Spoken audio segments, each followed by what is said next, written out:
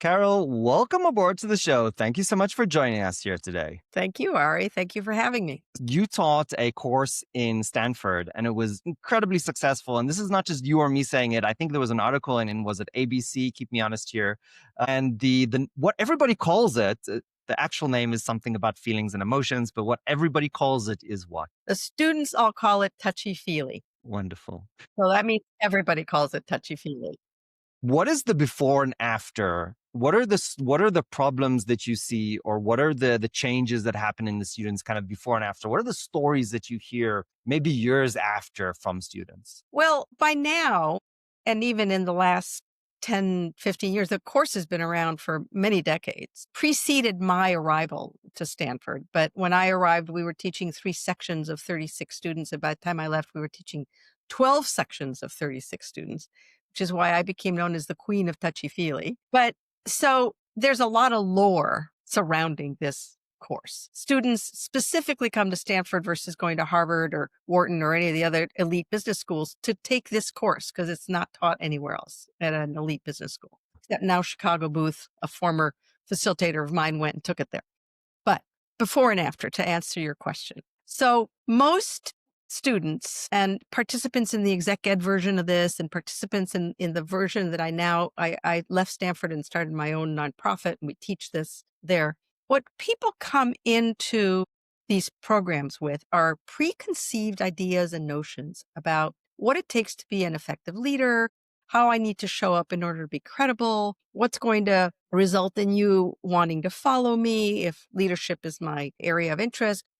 Why would you want to connect with me or be closer to me? And those are all what we call mental models, beliefs and assumptions that we develop very early in our lives and in our careers. And then we never have an opportunity to test them or to test their validity. But the circumstances of our lives change. And then it turns out that what served us really well when we were 20 doesn't serve us so well when we're 40. Served us really well in our first job doesn't serve us anymore when we become a manager and we're running a big business. So as an example, a story. When my very first job, I'm not a career academic. I've done a lot of different things. My very first job, I was a sales engineer hired by the largest industrial automation company in the world. I was the first woman hired into a non-clerical job, which Wow. does date me, but I'm not going to tell you what year that was because I don't want you to know how old I am. And what I learned very, very quickly is that there was no place in business for feelings. And that served me really well, Ari, until 10 years later, I'd gotten promoted many times. I was running a 13 Western state, $50 million business. In those days, that was a lot of money. And I got excited about something I thought we could do. I was with my team in an offsite and I was met with crickets. And then I was like, come on, you guys, what's going on? And one of them looked at me and said, Carol, what's going on with you? Like, are you going to like cry? And then he says, are you human after all? Are you human after all? Then I burst out crying and said, you don't think I'm effing human? I don't think there's anything more important for us to talk about than that. And it was a perfect example of how a mental model that I had developed that had served me really well early in my career had more than stopped serving me and was now costing me. Now, if I had burst out crying and said, you don't think I'm effing human 3 months into my job, I would have never made it to where I made it. You know, they have a presented image that they lead with. The more distancing their behavior is, the less people want to get to know them better. The more willing they are to be a little more vulnerable. And I'm not talking about just bleh, but I am talking about a willingness to admit that you don't always have the answers, a willingness to admit that sometimes you feel a little insecure, a willingness to be human. It turns out that others are drawn by that. And if you're willing to be a little vulnerable with them, they will be more likely to be a little vulnerable with you. And that's how we deepen relationships a little bit at a time. And that's one of the big before and afters. So I've had students over the years, I had students who came into a group. They ended up in a group with somebody else who they detested from the first day they arrived at business school and thought this was the biggest jerk that they'd ever met, and ended the course by having these people be some of the people they are closest to this day, 30 years later. So that gives you a little bit of a sense of before and after. Another big important thing that students learn is that another mental model they update is most people believe that if you're doing something that annoys me or ticks me off or upsets me, and I give you feedback about it, it's actually going to weaken our relationship. It's going to make it worse. Well, it turns out that if I know how to do it well, it strengthens our relationship, makes it even more robust. So there are many examples of these things that students learn through experience by engaging with each other, and update their mental models. So I want to dive into two really important points because this is much easier said than done. Oh, yes. There is a very delicate balance between leaders showing vulnerability and being maybe too vulnerable to the level that it scares the employees. In fact, Absolutely. I just heard a story the other day where a leader was doing this like, oh, transparency, transparency, and some transparency kind of weird corporate thing. And then the next question from the audience is like, are people going to be fired? Yes. So, we want confidence from our leaders. We want Yes. to feel, believe, and know that our leaders believe that they're going to be successful and are Absolutely. confident in that. But on the other hand, we don't want them to be robots. We want them to be Absolutely. authentically empathetic towards us. Right. Here's a way to think about it. How do you strike that balance? Appropriate authenticity. And Mm, let me tell you what I mean by that. Let's say I'm the VP of marketing and we've lost market share 3 months in a row. I stand up in front of the troops and I tell everybody we're crushing it. Well, yeah, first of all, that's not the truth. Everybody knows that's not the truth. And that does not make me a more powerful leader. The second thing I can do is stand up in front of everybody and say, well, we've lost share 3 months in a row. I have no idea why. I have no idea what we should do about it. I probably shouldn't be your VP of marketing. I don't know what I'm doing. That would be inappropriate authenticity. Even if I believe that, it's not what we're advocating. But if I stand up in front of everybody and I say, so no surprise, we've lost market share 3 months in a row. I wish I could stand here and tell you I know exactly what's going on and exactly what we should do about it. I can't. I have some ideas. I suspect all of you have some ideas as well. I've never needed you all more than now for us to rally together and figure out what we're going to do about it. Which of those three leaders would you rather follow? absolutely, absolutely. The third, um, you're also what I love about your third example is you're also opening it for collaboration and feedback. Because if you've been crushing it, sorry, not crushing it, if you've been crushed for 3 months in a row, and you're like, we know we've done bad for 3 months, but now we have the solution. That's also a little hard to swallow, right? Like, well, why do you Yeah, have well, the where were solution you now? 2 months ago? Right, Exactly. right. Like what changed? So I love that aspect that you've weaved into it. Is this a surprise to the executives that you work with, or do they is it hard for them to accept this, or is it just like, oh, why have I not done this always? Well, the answer is a little bit of both and. So I think it gives them pause. They're like, well, of course, what she's saying makes sense. But those mental models are really ingrained. And, you know, many of them learn very early in their careers never to admit a mistake, never to, show any weakness. They associate vulnerability with weakness as Yeah, opposed to vulnerability with strength, because vulnerability can come from strength too. I'm strong enough to tell you that I don't have all the answers. I'm yeah. strong enough to tell you that I made a mistake and still believe in myself. So I think that it makes sense to them, and many of them realize in the moment when as they start to learn this that they have not stopped to examine their mental models in way too long. And they used to help them and now they're costing them. Yeah. I gotta say that when did this come into Chicago booth? I studied the executive program. We did not have this back in my day, at least. No, no, no. My colleague, one of my facilitators from Stanford, Lisa Stefanik, brought it to Booth. I wanna I have say, heard about Lisa. yeah, Yes. probably brought it there 8 years ago, I wanna Wonderful. say, something like that. Wonderful. Well, I am so sorry I missed it.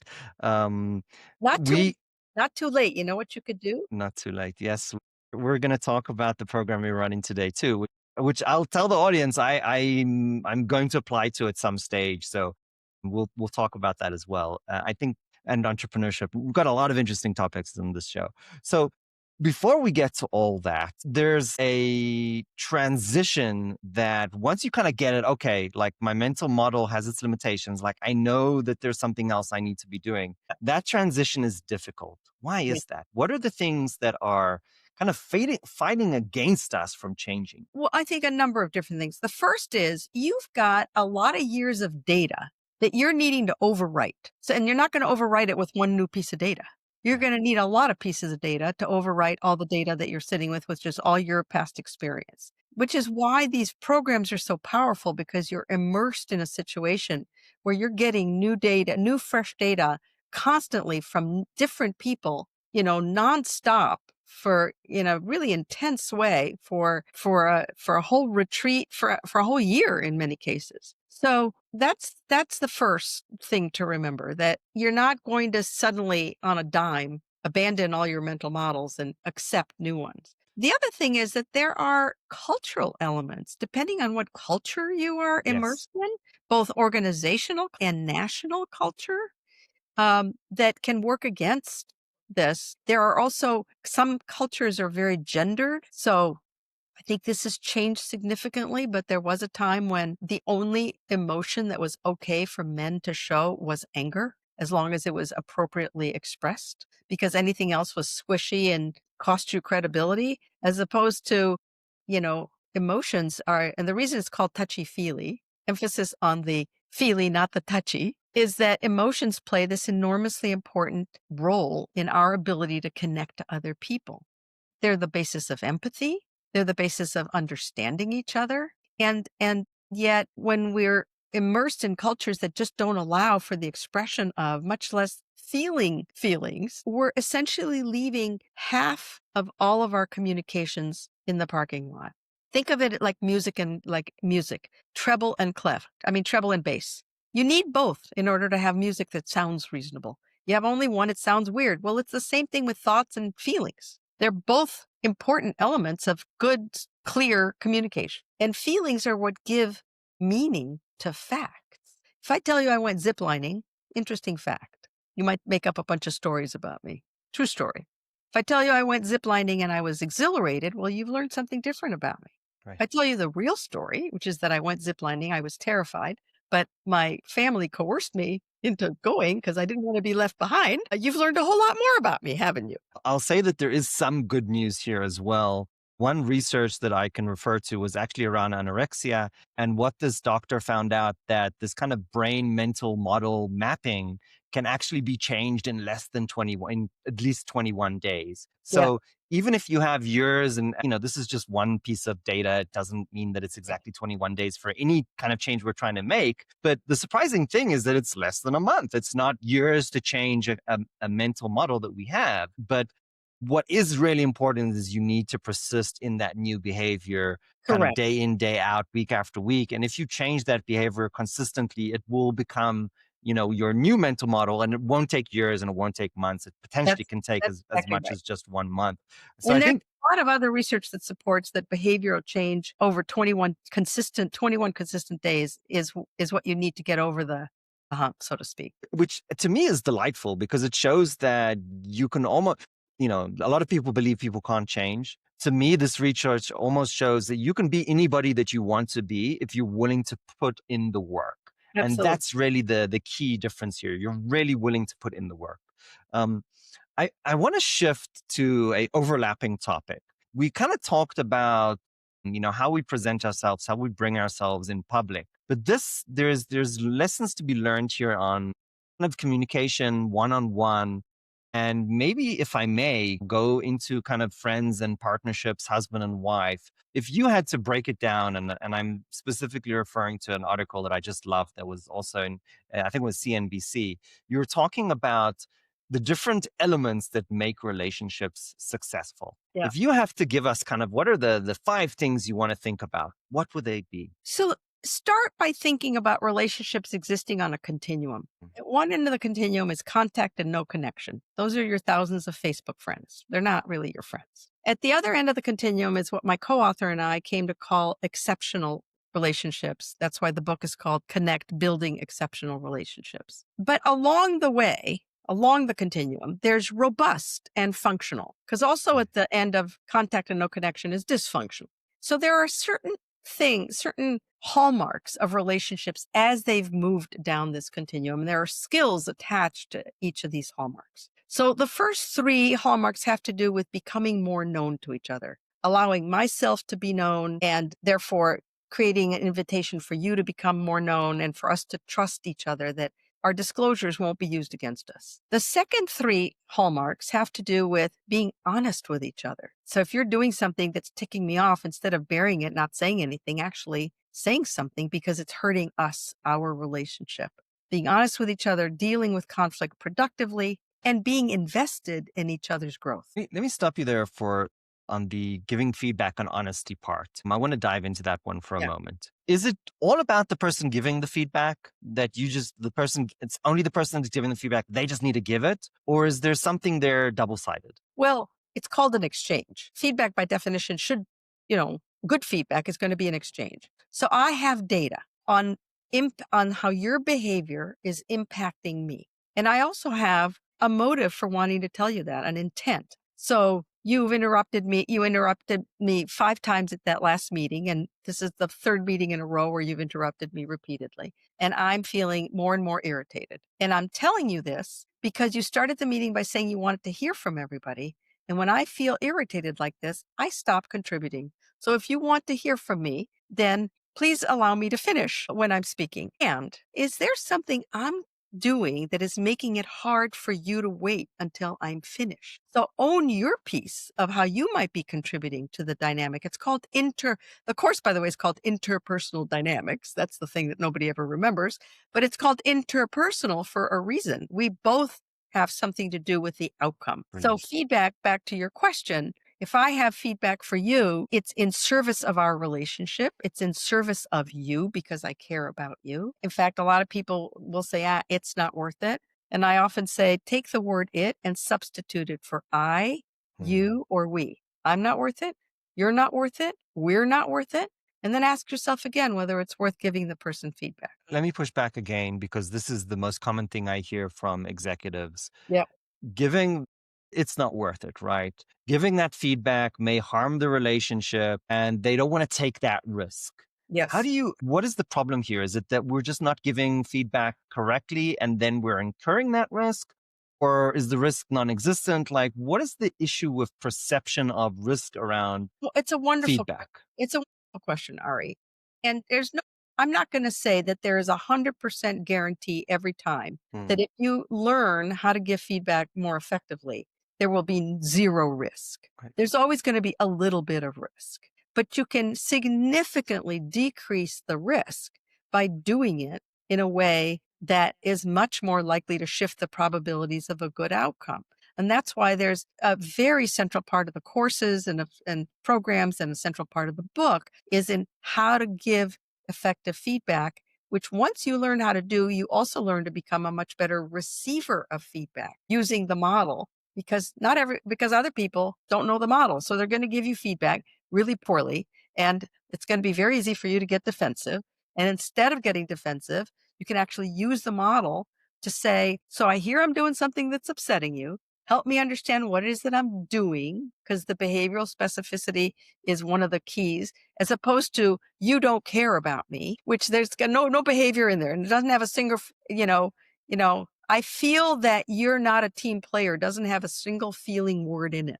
And that's why feelings are such an important element here. I feel worried about your commitment because you show up repeatedly late and never say a word once you've arrived. That's behaviorally specific.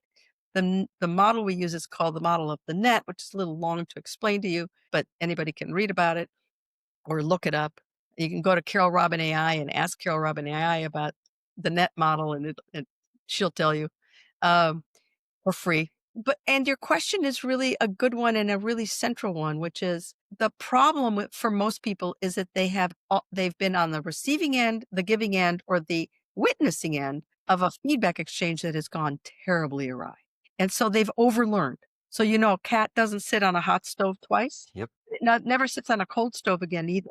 So we overlearn and we stop doing it, and then we don't get any better. And you kind of mentioned this, alluded to it. I want to kind of double down on your point. The best way to never get feedback again and to increase that risk of giving you feedback is to receive it horribly. right? Exactly. So that's the best way to, and you're really doing yourself so much disservice Yes, because you're not going to get that information, that data to see what your blind spot is, to see where you need to absolutely. improve to get that next promotion. I think we forget that it's not only about the person who gives the feedback, but it's probably even more about how you receive feedback. And that first time you receive feedback the first time, how you react, that's going to dictate a lot of the future going forward. One of the things that really helps me when I'm receiving a piece of feedback that's really hard to hear is I get really curious. Yes, thank you. I engage my curiosity and I come back with, help me understand what is it that I'm doing? Help me understand what you're hoping the outcome of this conversation is going to be.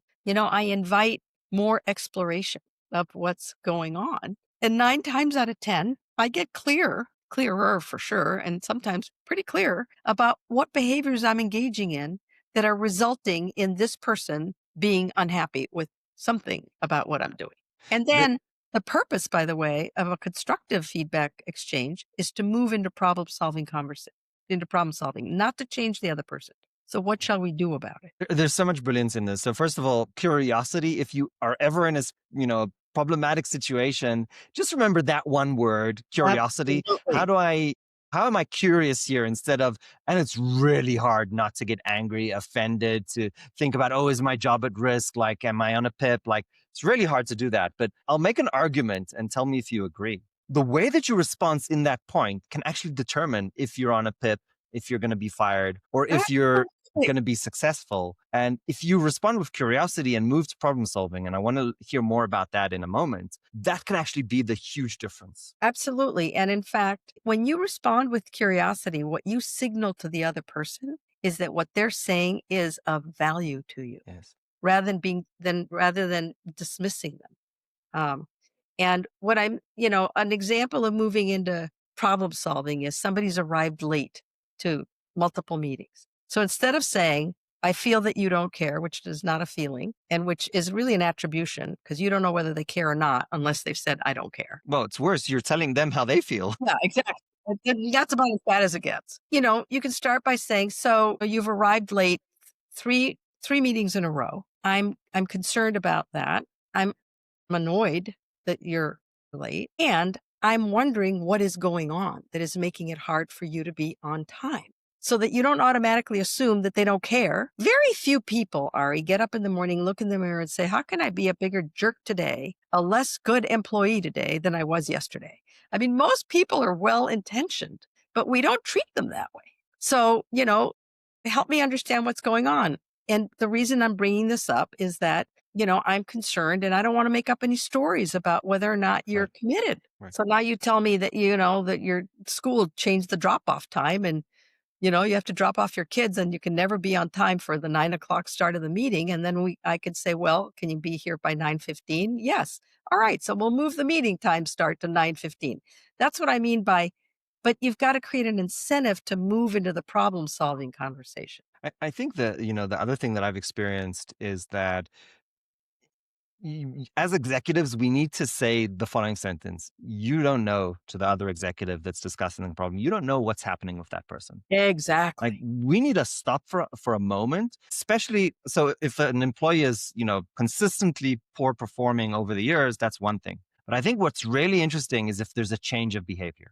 If Absolutely. suddenly there's a change in behavior, then you've got to cut them some slack and ask, well, something has changed here. How do we help? And, I can share a personal story.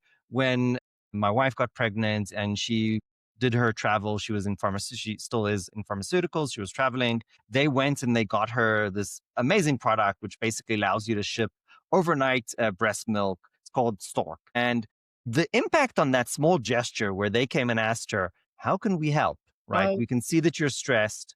How can we help? And then they came to this agreement that cost the employer relatively nothing. It was such a huge thing. It created such huge loyalty from my wife to the employer. It just changed the relationship because they stopped and they asked, how yep. can we help?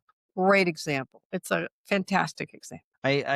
So many important points here, Carol. I deeply, deeply appreciate it. There was one point that I really wanted to talk about. You talk about being committed to each other's growth and development. What does that look like? Where does that come out? How do we practice that? Well, one way we practice that is by being honest with each other and giving each other feedback. If I see you doing things, even if they don't impact me, but I see you impacting someone else in a negative way, one of the things that is a kind and caring thing to do is to say, look, you might want to ask Jane what the impact of that choice that you made was on her. Because if you'd done that to me, this is how I would be feeling. I can't say that's what's going on for Jane, but you might want to ask. Certainly, speaking up and giving people feedback on the impact of their choices and their behaviors on you is the way to be invested in the relationship and in their growth. Because if they're doing it to you, chances are they're doing it to someone else too. And third, being someone who, rather than judging, is both curious and available, like being a thought partner. Can I be a thought partner to you Mm. on ways that we might there might be multiple ways to look at this. Can I be a thought partner and help you think through different ways of both seeing the situation and thinking about how to respond to it? I want to just kind of put a line under that because I think it's so important. The psychology of framing is really what you're using here. And you're changing for lack of a better word, the spectrum of the conversation from I'm telling you what to do or you're telling me what to do to let's think together and Exactly. let's explore this together and let's come up with a solution together. That framing sentence can completely change the discussion. Incredibly important, incredibly powerful. And when you combine that with curiosity, Yes, now you've really got a powerful combination.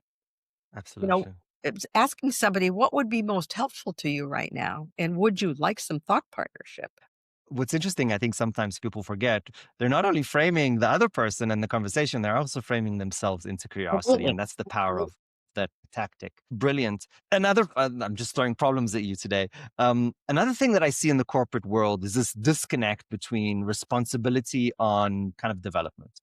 The employer looks at the employee and is like, well, they're not even doing their job properly. Like they're not pushing to get this development opportunity. And then the employee looks at the employer and like, oh, I was promised to have all this development. Where is it? It's not You're happening. not invested in me. You're not invested in me. It seems to be almost like a disconnect, right? We're not speaking the same language. Why is this happening? And what can you suggest separately to the employers and separately to the employees? Well, some of it, Ari, I think goes back to fundamental agreements and contracting when you first get hired by an enterprise and what you believe the enterprise promised you and what the enterprise believes you promised it. So, and sometimes those are very fuzzy and not Yes. very well articulated, and that's just a recipe for a lot of disappointment. So the clearer you can be with a prospective employer on what you expect and what they can expect from you, the less of those kinds of problems you're going to have down the road. But most people don't do that. Can you recover from that? So you're 2, 3, 5 years into the job. You're in this fuzzy situation. How do you recover from that? Can you kind of start a new page somehow? I think one way you can, I mean, it's harder, but one way you can is you can basically name it and say, you know what? If I had this to do all over again, there are some basic things that I wish we would have talked about the day I walked through that door initially. And can we push a reset button? And can we actually form some agreements? What is it that you need from me that I'm not delivering or giving you? And I'd like to feel open to telling you some of the things that I want from you that I'm not getting from you. And by the way, this is basic recontracting that you can do in any relationship. You can do it in a marriage, you can do it between friends, you can do it between boss and employee. What is Leaders in Tech? Why did you co-found Leaders in Tech? Why do you get out of the bed in the morning to do this? Well, Ari, sometimes I'm a little bit reticent to say this because I never know how it's going to land. But in the spirit of transparency, which I advocate, I believe I was put on this planet to help people learn how to connect and how to connect, especially how to connect across differences of all kinds. People who see the world very differently, whose life experience is very different, whose values are very different. You know, in the end, we're all human beings. And I think most people regrettably don't know how to connect, much less form really robust, deep relationships. So they're leading kind of a Monday through Friday sort of dying in the old words of, I think, Studs Terkel. So for me, my work is is not even work. It's meaning. It's my mission in life. I loved my students and I loved what I taught at Stanford. I was not a career academic. I'd had multiple careers before I ever got to Stanford. And as much as I loved my students and what I taught, working in an elite academic institution had reached the limit of what I could tolerate. At the same time that my co-founder, one of my co-founders, had been chasing me for almost 10 years to leave Stanford and start a nonprofit that would bring essentially the Carole Robin curriculum to Silicon Mm, Valley tech. And we decided to start with founders or co-founders, CEOs of pre-IPO companies that had raised at least a substantial A round, and in the hopes of changing the culture of tech in Silicon Valley with all of the stuff that I had taught at Stanford.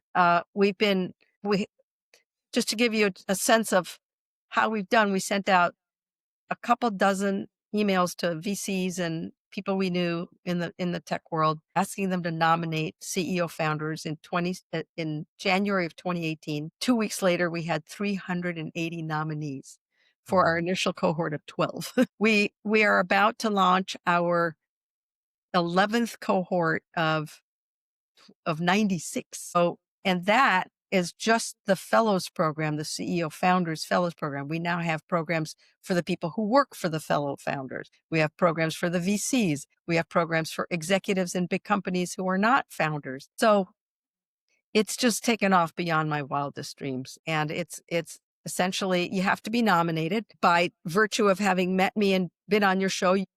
I can nominate you, Ari, and then you're past that. And you can nominate yourself, and then we find somebody to nominate you more officially. And it basically is the first 4 days of the fellows program. The fellows program is almost a year long. It's Okay. actually 3 quarters, a 4 day retreat and 3 quarters. Some of the other programs are shorter, 4 day retreats with what we call a tail of a couple of months, and they vary in length.